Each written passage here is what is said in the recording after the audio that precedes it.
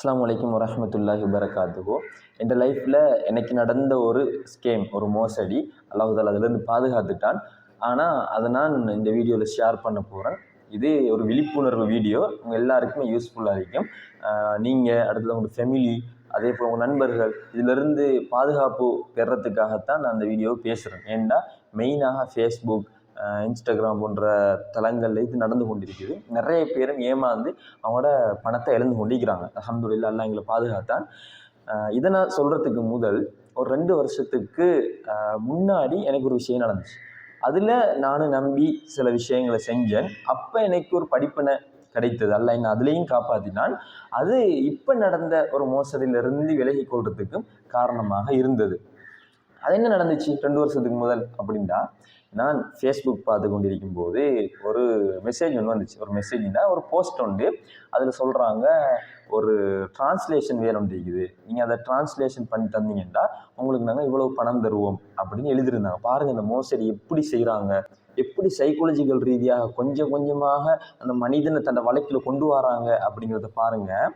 இப்போ யாருமே இவ்வளோ எனக்கு நீங்கள் காசு தரணும் அப்படின்னா கொடுக்க மாட்டாங்க. அப்போ ஏதோ ஒரு ஏமாற்று வேலை ஒன்று பண்ணணும். அப்போ அதுக்காக இவங்க பண்ணுற அந்த மெக்கானிசம் என்ன, இவங்க என்ன அணுகுமுறை யூஸ் பண்ணுறாங்கன்னு நல்லா கவனிச்சு கொள்ளுங்க. இந்த சிஸ்டத்தில் வேறு வேறு வடிவங்களில் பண்ணி கொண்டே இருக்கிறாங்க. அப்போ அவங்க என்ன செய்கிறாங்கன்னா, நாங்கள் ஃபேஸ்புக் பார்த்து கொண்டிருக்கும் போது இப்படி டிரான்ஸ்லேஷன் வேலை ஒன்று இருக்குதுன்னு சொன்னாங்க. அரபில் இருந்து அதை டிரான்ஸ்லேஷன் பண்ணணும். அப்போ எனக்கு கொஞ்சம் அரபு தெரிந்தானே, எனவே நான் அதுக்குள்ளே போய் நான் செஞ்சு தரேன் அப்படின்னு சொன்ன உடனே டெலிகிராமில் அவங்க கண்டெக்ட் பண்ண சொன்னாங்க. அப்போ அதில் பேசினோம்.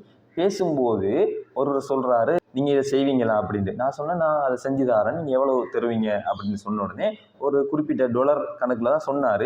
நான் சொன்னேன், நீங்கள் எதை நான் டிரான்ஸ்லேஷன் பண்ணணும் அப்படி கேட்ட உடனே அவர் ஒரு ரிசர்ச் பேப்பர் அனுப்பினார். அது பெரிய ரிசர்ச் பேப்பர் உண்டு, என்வாயன்மெண்ட் சம்மந்தமானது. அப்போ நான் அதை எடுத்து கொஞ்சம் கொஞ்சமாக டிரான்ஸ்லேஷன் பண்ண ஆரம்பிக்கிறேன். அது ஒரு பெரிய ப்ரொசஸ். எல்லாம் முடிச்சுட்டு அவங்களுக்கு நான் சப்மிட் பண்ண உடனே அவங்க சொன்னாங்க, ஓகே குட், நல்ல வேலையை முடிச்சிருக்கிறீங்க, எனவே ஒரு நம்பர் தந்து இவர்கிட்ட பணத்தை வாங்கி கொள்ளுங்கன்னு நான் அவர்கிட்ட மெசேஜ் பண்ணி நான் இந்த வேலையை முடிச்சிருக்கிறேன், எனவே எனக்கான பணத்தை தாங்கன்னு சொன்ன உடனே அவர் சொன்னார், வெரி குட், கங்க்ராச்சுலேஷன், உங்களுக்கு இவ்வளோ பணங்கள் நாங்கள் போட போகிறோம், உங்களோட அக்கௌண்ட் நம்பரில் தாங்க எல்லாம் செய்ய போகிறோம்னு சொல்லிவிட்டு இன்னொரு மெசேஜ் அனுப்பினார். மன்னிச்சு கொள்ளுங்க, இப்போ அந்த காசை உங்களுக்கு நாங்கள் போட்டுட்டோம், ஆனால் உங்களுக்கு அது வராது, வாரன்னு சொன்னால் நீங்கள் சின்ன ஒரு பேமெண்ட் ஒன்று பண்ணணும், பண்ணினீங்கன்னா அந்த காசு வந்துடும். இது சொன்ன உடனே தான் எனக்கு கொஞ்சம் விளங்கினுச்சு, இதில் ஏதோ ஒரு ஏமாத்திருக்குது. அப்போ அந்த டைமில் ChatGPT எல்லாம் வந்த புதுசு, எங்களுக்கு அறிமுகமான புதுசு. அதுகிட்ட மெசேஜ் பண்ணி கேட்டேன், இப்படி தான் நடந்துச்சு, என்ன நடந்துச்சு, அவங்க இப்படி நடந்து கொண்டாங்கன்ட்டு. அப்போ அதை உடனே சொன்னிச்சு, இது ஏமாற்றாக இருக்க வாய்ப்பு இருக்குது, இப்படி நிறைய பேர் அதில் இருக்கிறாங்கன்னு சொல்லி அதோட அல்லாஹ் தஆலா அதில் காப்பாற்றிட்டான். இது நடக்கிறதுக்கு முதல் என் ஃப்ரெண்டுக்கு ஒன்று நடந்துச்சு. அப்போ அவர் அதை பற்றி எனக்கு சொல்லியிருந்தார். அவர் சொன்ன அந்த அனுபவமும் கூட இதில் இருந்து தப்புறதுக்கு அல்லாஹ் தஆலா எனக்கு உதவியாக அதை செஞ்சான். அந்த ஃப்ரெண்டுக்கு என்ன நடந்ததுன்னா, அவர் ஃபேஸ்புக் பார்த்து கொண்டிருக்கும் போது ஒருவங்க மெசேஜ் பண்ணுறாங்க, பண்ணி சொல்கிறாங்க, நான் என்கிட்ட நிறைய காசு இருக்குது, அந்த காசை மக்களுக்கு நல்லது பண்ணணும்னு நினைக்கிறேன், ஆனால் என்னால் முடியலை, என்னன்னா பெரிய ஒரு ஆக்சிடென்ட் ஒன்று பட்டு இப்போ ஹாஸ்பிட்டலில் இருந்து கொண்டிருக்கிறேன், எனக்கு கணவனும் ஒரு ஃப்ளைட் ஆக்சிடெண்ட்டில் இத்தனை டேட்டில் இந்த ஆண்டில் மரணிச்சிட்டாங்க, எனவே நான் உங்களை தான் நம்புகிறேன், உங்கள்கிட்ட அதை நான் தாரேன், நீங்கள் என்ன செய்யுங்க, இந்த மக்களுக்கு ஷேர் பண்ணுங்க அப்படின்ட்டு அவர் சொல்கிறான். அப்போ இவரும் பார்க்குறாரு, நல்ல விஷயம் தானே அப்படின்னு, ஓகே நீங்கள் அந்த பணத்தை அனுப்பி விடுங்கன்னு சொன்ன உடனே அக்கௌண்ட் நம்பர்லாம் கேட்குறா. இவர் அக்கௌண்ட் நம்பர்லாம் கொடுக்குறாரு.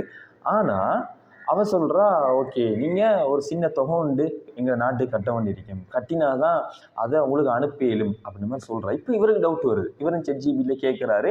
அவர் ChatGPT நல்லா சொல்லுது, இவர் சொன்னதெல்லாம் என்ன போயிருக்குது, இவங்க எப்படி வகையான ஏமாத்துக்காரவங்கன்னு நிறைய சொல்லுது. அப்போ அதெல்லாம் கேட்டுட்டு இவர் அதுக்கேற்ற மாதிரி மெசேஜ் பண்ணுறாரு. பண்ணும்போது நீங்கள் உண்மைதானா, வீடியோ கால் எடுங்கலாம் சொல்கிறாரு. அப்போ வீடியோ கால் எடுக்கிறா, உண்மையிலேயே ஹாஸ்பிட்டலில் இருந்துட்டு அந்த வீடியோ காலில் பேசுகிறா. அது என்ன நடந்துச்சு அதெல்லாம் தெரியாது. அப்போ யாராக இருந்தாலும் அதை நம்புவாங்க. ஆனாலும் இவர் சில ChatGPTயில் பார்த்துட்டு அதில் இருக்கிற கேள்விகளை கேட்ட டைமில் அவருக்கு விளங்கிட்டு இவன் நான் ஏமாற்ற முடியாதுன்னு அதை நிப்பாட்டி கொள்கிறாங்க. அப்போ இப்படி நிறைய வகையில் நடந்து கொண்டிருக்குது. அதுதான் எனக்கு அண்மையில் நடந்த விஷயம்.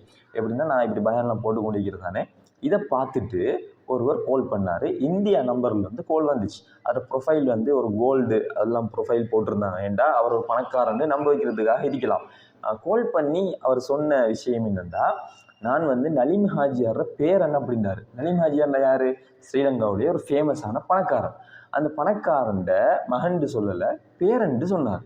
சொல்லிட்டு நாங்கள் இப்போ லண்டனில் ஃபெமிலியாக இருந்து கொண்டிருக்கிறோம். இப்போ இந்தியா கிஷன் ஒரு வேலையாக வந்திருக்குது. எங்கள்கிட்ட நிறைய ஹதியா சொல்லிருக்கு. அப்படின்னா பணக்காரர்கள்னு செய்வாங்க, அவங்களோட பணத்தில் ஒரு தொகையை எடுத்து இல்லாதவங்களுக்கு அப்படிலாம் கொடுப்பாங்க. இப்படி என்கிட்ட இருக்குது. அதை உங்கள்கிட்ட தாரேன், நான் உங்களை நம்புகிறேன். நீங்கள் ஏழை எளியவர்களுக்கு கஷ்டப்படுறவங்களுக்கு அந்த காசை கொடுங்க அப்படின்னாங்க. நம்ம நானும் ஏதோ ஒரு நல்லது நடக்க போகுதுன்னு சொல்லி சரி அப்படின்னு சொன்னேன். அப்போ அவர் சொன்னார், இப்போ இந்த சல்லி வந்து இந்தியாவில் நான் இருக்கிறேன், நான் ஆஃபீஸ் வேலை, எனக்கு வந்து ஃபுல் பிசி, நான் கொடுக்க இயலாது. உங்களுக்கு தெரிஞ்ச யாராவது இந்தியாவில் இருந்தால் மௌலவியா நல்லவர் ஆகிக்கணும், அப்போ நாங்கள் அவங்களை நம்பலாம், நல்லவர் ஆகிக்கணும், கொடுத்துடுங்க, நான் அவங்கள்ட்ட சல்லியை கொடுத்துட்றேன், பணத்தை கொடுத்துட்றேன்னு சொன்னாங்க. அவர் மறுமையை பற்றி பேசுகிறாரு, அல்லாஹை பற்றி பேசுகிறாரு, அதில் முக்கியத்துவத்தை பேசுகிறாரு, மௌலிமாரோட முக்கியம் எல்லாம் பேசுகிறாரு. பேசின உடனே என்ன எனக்கும் ஒரு நம்பிக்கை ஒன்று வந்துச்சு, ஓகே ஒரு நல்ல மனிதன் நல்லது பண்ண நினைக்கிறாருன்னு சொல்லி. அப்போ அடுத்தது இவருக்கு ஒரு நல்ல ஃபேமிலி பேக்ரவுண்ட் ஒன்று இருக்குது, அப்போ ஏமாற்ற மாட்டாங்கன்னு நினச்சோம். இருந்தாலும் நான் என்ன செஞ்சேன், பேர்வலையிலிருந்து என் ஃப்ரெண்டு நிறைய பேர் இருக்கிறாங்க, கால் பண்ணி இப்படி ஒரு இருக்கிறாரா அப்படின்னு விசாரிக்க சொன்னேன். அவங்களும் ஒரு பக்கத்தால் விசாரிச்சு கொண்டே இருந்தாங்க. இப்போ இவரும் சொன்னார் யாராவது அனுப்புங்கன்ட்டு. அப்போ எனக்கு இந்தியாவில் தெரிஞ்ச ஒரு ஆள் இருந்தால் அப்போ அவங்கள்ட்ட பேசி ஒரு மௌலவியோட செட் பண்ணி அவரோட நம்பர் இவரை கொடுத்துட்டோம். கொடுத்தோடனே இவர் அந்த மௌலைகிட்ட பேசிட்டு திரும்ப என்னை கால் பண்ணி சொன்னார், அவர்கிட்ட காசை கொடுக்க இயலாது, ஏன்னா அவர் பெரிய பிஸ்னஸ் மேனாக இருக்கிறாரு, அவர் எனக்கிட்ட பெரிய பிஸ்னஸ் கதையெல்லாம் கதைக்கிறாரு, எனக்கு அது செட் ஆகாது, நானும் கோல்டு பிஸ்னஸ் நான் பண்ணுறேன் தான் அப்படின்னு ஏதோ அவர் சரி வராதுன்ற மாதிரி பேசுகிறாரு என்கிட்ட. ஆனால் நான் கேள்விப்பட்டேன் அந்த மௌலவி வந்து யூடியூப்பில் பயானெலாம் போடுறவர், அவர் கொஞ்சம் பிஸ்னஸை பற்றி நல்ல நாலேஜ் உள்ளார். இப்போ அவர் வந்து இவங்க ஏமாற்ற இயலாது, அதுக்காக வேண்டிய என்ன தெரியாது, இது இயலாது அப்படின்னு சொன்னார். நான் சரி ஓகே அப்படின்னு விட்டுட்டேன். இப்போ இவரை நடத்த எப்படின்னா, நான் சும்மா இருந்தாலும் இவர் அடிக்கடி கால் பண்ணுறது, யாராவது பிடிச்சிட்டாங்க, சிம்பிளான விஷயம் தான் சொல்கிறது, பிஸின்னு சொல்லி கொள்ளுவார். ஆனால் அவர் எனக்கு அடிக்கடி கால் பண்ணிக்கொண்டு இருப்பார். அப்போ நான் இவர்கிட்ட சொல்லையா போகுது அப்படின்னு சொல்லி நான் இன்னொரு ஆள் எங்கிட்ட நானாக இருக்கிறாரு, அவர்கிட்ட நம்பரை கொடுத்தேன், இவருக்கு நீங்கள் நேரடியாக காசை போட்டு விடுங்க, அதை நாங்கள் எடுத்துக்கொள்வோம் அப்படின்ட்டு. அப்போ அவர் சொன்னார் ஓகே அப்படின்ட்டு எங்கள் நானாட்ட பேசிக்கிறாரு. பேசிட்டு நானாக சொல்லிக்கிறேன், உங்கள்கிட்ட ஸ்க்ரீனில் அக்கௌண்ட் இருந்தால் நீங்கள் டாலரை போட இயலும், அல்லது மணிகிராம் இருக்குது, நீங்கள் அங்கே காசை போட்டால் இங்கே காசு மாறி வந்துடும் சொன்ன உடனே அவர் ஏதோ சொல்லிட்டு இல்லை இந்தியாவில் யாராவது இல்லையா அப்படி கேட்டுட்டு இவர் கோலை கட் பண்ணுறாரு. கோலை கட் பண்ணி எனக்கு மெசேஜ் போடுறாரு, வேறு யாராவது இல்லையா அப்படின்னு. அந்த டைமில் நான் பேர்வழியில் விசாரித்து முடிவெடுத்துட்டேன், இப்படி நலிம் ஹாஜியாருக்கு முஸ்கி ஹாஜியார், முஸ்கி அவர் பேர், அந்த பேரில் யாரும் இல்லைன்னு சொல்லி. அப்போ அதை நான் அவர்கிட்ட சொன்னோன்னே அவர் கோவப்பட்டார், யார் அப்படி சொன்னது, நான் யாக்கூப் நலிமிட மகன்றார். எனவே நான் திரும்ப அவங்கள்ட்ட பொடிய மாட்டேன் கேட்டேன். அவங்க சொன்னாங்க, ஓ நலிம் ஹாஜியாருக்கு யாக்கூப் நலிமின்னு மகன் இருக்குது, ஆனால் அவருக்கும் இப்படி மகன் இருக்குதாண்டு தெரியாது அப்படின்னு சொன்னாங்க. நான் அதை கொஞ்சம் விசாரிங்க அப்படின்னா நான் இது நலிம் ஹாஜியார் பேரன் சொன்னீங்க தானே, உங்களோட வாப்பட பேர் என்ன? யாக்கூப் நலீம். கொஞ்சம் அவங்க விசாரிக்கிறதுல லேட் ஆகிட்டாங்க. லேட் ஆகிற டைமில் நான் இன்னொரு நபர் ஒன்று இந்தியாவில் தெரிஞ்சவங்க தான், அப்போ அவங்கள்ட்ட கொடுக்க சொன்னேன்.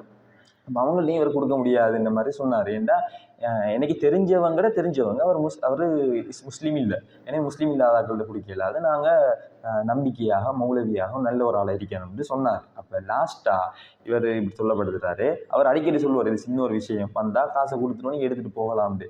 அப்போ எனக்கு தெரிஞ்ச இன்னொரு நல்ல நண்பர் ஃபேஸ்புக்கில் அறிமுகமானவர் தான். அப்போ அவர்கிட்ட சொன்னேன். அவர் கால் பண்ணி கேட்கிற டைமில் ஓகே நீங்கள் இந்த இடத்துக்கு வாங்கன்னு சொல்லிக்கிறார்.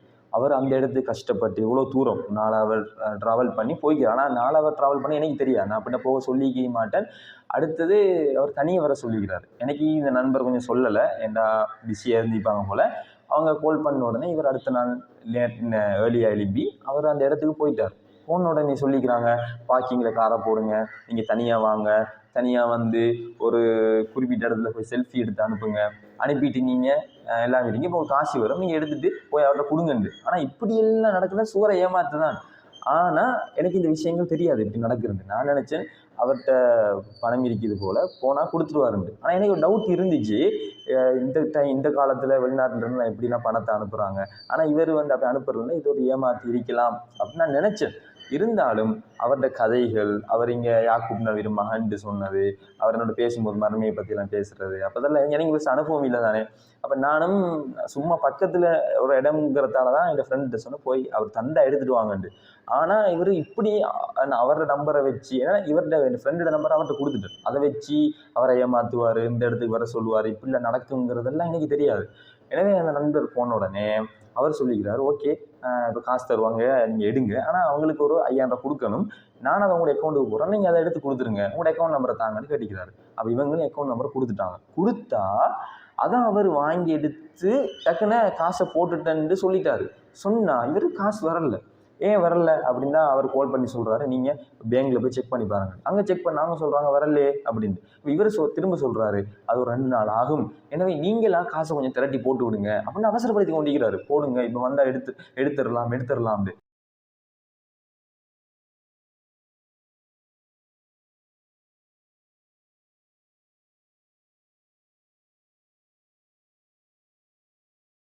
அதுவும் அவர் கொடுத்த அக்கௌண்ட் நம்பர் உண்டு, அந்த 5000 போடுறதுக்கு இவர் கொடுத்த அக்கௌண்ட் நம்பர் முஸ்லீம் அல்லாத ஒரு பேரில் இருக்குது. எனவே இந்த சகோதரருக்கு டவுட் வருது. அப்போ தான் எனக்கு கால் பண்ணுறாரு. கால் பண்ண உடனே எனக்கு விளங்கிட்டு இது ஒரு ஸ்கேம். உடனடியாக நான் அவர்கிட்ட சொன்னேன், அந்த இடத்தை விட்டு உடனே வாங்க. நல்ல வேளை அவர் ஒரு நண்பரை கூட்டிகிட்டு போயிருந்தார், அவர் கொஞ்சம் மார்க்கப்பட்டுள்ளவர். உடனே அந்த இடத்துக்கு விட்டு நீங்கள் வாங்கன்னு சொல்லி அப்போ தான் இவர் கால் பண்ணி இப்படி தான் நான் போப்புறேன், நீங்கள் அந்த 5000 ரூபா காசை நேரில் அவருக்கே கொடுங்களேன், கொடுத்துட்டு அந்த காசை தாங்களேன் அப்படின்னு கேட்டுக்கிறார். அவர் சொன்னாராம் அப்படி குடிக்கலாதுண்டு, இது என்ன மாங்காய் வியாபாரமானு கேட்டாராம். இது ஒரு நல்ல விஷயத்துக்கு காசு தாரன் என்று சொல்லிவிட்டு இது பிஸ்னஸ் மாதிரி, ஒரு பிஸ்னஸ் டீல் மாதிரி, ஏதோ ஒரு மறைமுகம் நடக்கிற மாதிரி ஏதோ ஒன்று செஞ்சுக்கிறாங்க. அப்போ அதுக்கு பிறகு இந்த நபர் என்ன செய்கிறாங்க, கால் பண்ணி அவங்க விளங்கிட்டு இவர் அநியாயம் பண்ணுறாருன்ட்டு சொல்லிக்கிறாங்க. இதுக்கு பிறகு யாரை ஏமாற்றாதீங்க, இப்படி அநியாயம் பண்ணாதீங்க, அவங்கள நம்பித்தான் அவர் என்கிட்ட சொன்னார், அவரை நம்பித்தான் நானும் வந்தேன், அல்லாஹ்வை பயந்து கொள்ளுங்க, அநியாயக்காரன் கேட்குற துவா எந்த திரைமறையும் இல்லாமல் ஏற்றுக்கொள்ளப்படும்னா சொல்லிக்கிறாரு. சொல்லிட்டு இப்படி நீங்கள் செஞ்சீங்க நல்லா அந்த உலகத்தில் கஷ்டமான ஒரு வாழ்க்கையை தருவான்னு சொன்ன உடனே அவர் சொல்லிக்காரு, இப்பயுமே என்ன இல்லை அவர் சொன்னாரா நீங்கள் நரகத்துக்கு போயிடுவீங்க அப்படின்ட்டு. இவர் சொன்னாராம் இப்பயே வாழ்க்கையே நரகத்தில் வாழ்கிற மாதிரி தான் இருக்குதுன்றாராம். அதோட சுவரை விளங்கிட்டு இவர் ஏமாத்துக்காரன் தான் அப்படின்ட்டு.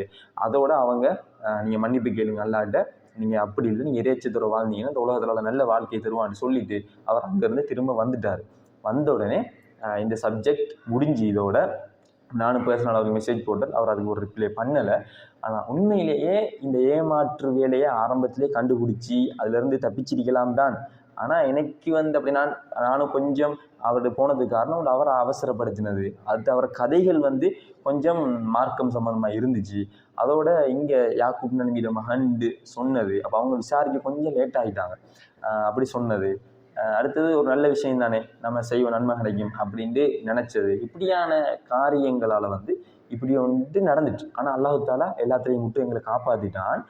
இதில் பாருங்கள், இவங்க யூஸ் பண்ணுற சைக்காலஜி என்னென்னு சொன்னால், யாராவது ஒருத்தரை நான் உங்களுக்கு காசு தரேன் நீங்கள் காசு போடுங்க அப்படின்னா யோசிப்பாங்க.